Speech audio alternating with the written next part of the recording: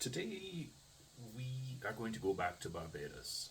And, with the world as big as rum, it's always difficult to pick which country you're going to talk about next. But today, I'm going to talk about the Doorley's 3 year old. And I have to be honest, and that for the last 15 years since I've come across the Doorley's for the first time and started sampling it, I've always had a sort of dismissive attitude towards the brand as a whole, and I thought it was a mass market throwaway effort meant to just kind of like make cash flow, but it lacked the sort of serious chops that Foursquare Distillery, which of course makes it, basically did with their ECS series or the Value collaboration, the Master Distillers series that they've recently started coming out with, and the special ones that they tossed off from now and again by independent bottlers, right?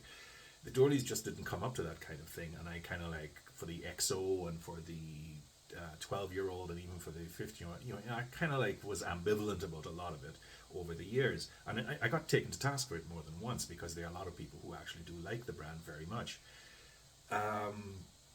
What has happened though in the past, say 5 6 years, is that while I've not undergone a complete come to Jesus moment with the brand, I have started to appreciate that it's been getting better and better every year. And it ended up with the 12-year old being nominated as one of the key rums of the world. I really quite like the 14-year old, which scored 84 points. And overall, it's just become a much better drink than just something that barman would kind of pick up as a cheap Barbados alternative to, let's say, Mount Gay or the more expensive St. Nicholas Abbey or even, of course, Word and Plantation. That said, they never really ascended to the stratosphere. And while they make competent rums, the one that really has surprised me is this 3 year old, which I tried before, but I still have a sample of, courtesy of Mr. Holland, who didn't know I was taking it, but I did. So, as is normal with Barbados rums from Foursquare, it is a pot column distillate. The ratios are never disclosed.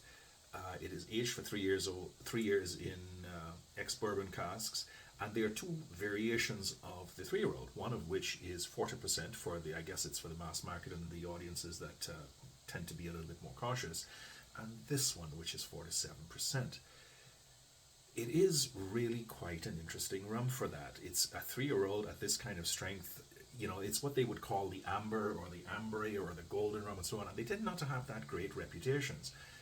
I'd like to point out that this one is the one that bucks the trend for me. So, go no further if that's all you want to hear. But, I mean, wow, this smells really are quite thing. It's not sharp at all. It has vanilla, it has butterscotch, it has light peaches, light fruits, white for the most part.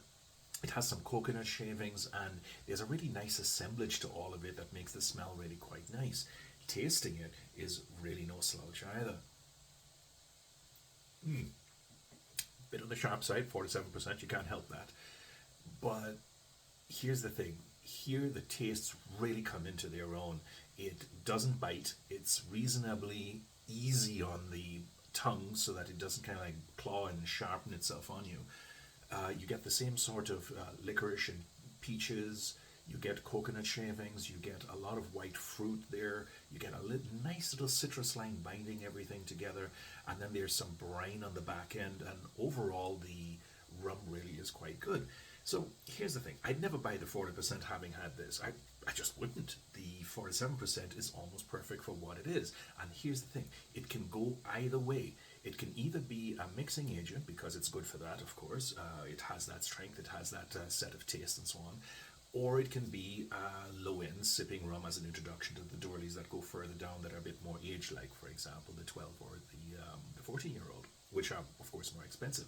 I'd also like to draw attention to the fact that last time I talked about the Sunshine and Sons rum from Australia, which was in many ways the opposite of this. Now, that was also a fairly strong rum. It was 49%. And it was about 20 months old, but my God, it was like something that I really had to strain to get the slightest bit of flavor profile out of, while here it just kind of like jumps out of the glass and comes after you. It's really quite a nice rum. It moves between all the various uses you could put it to. It's definitely good for what it is, and it shows a real nice trace of elegance, which is quite unusual for the 3 year old. I mean, I can't recommend this thing enough. It elevates itself above rums its own age and even those that are older. It's a hell of a thing. And for me to say that about a Durley should tell you everything you need to know. And good for Foursquare for making something like this. Congratulations on something this young being this good, right? So I hope you like it. And if you do agree, or again, if you disagree, especially, leave me a note and let me know how you think. Take care. Bye bye.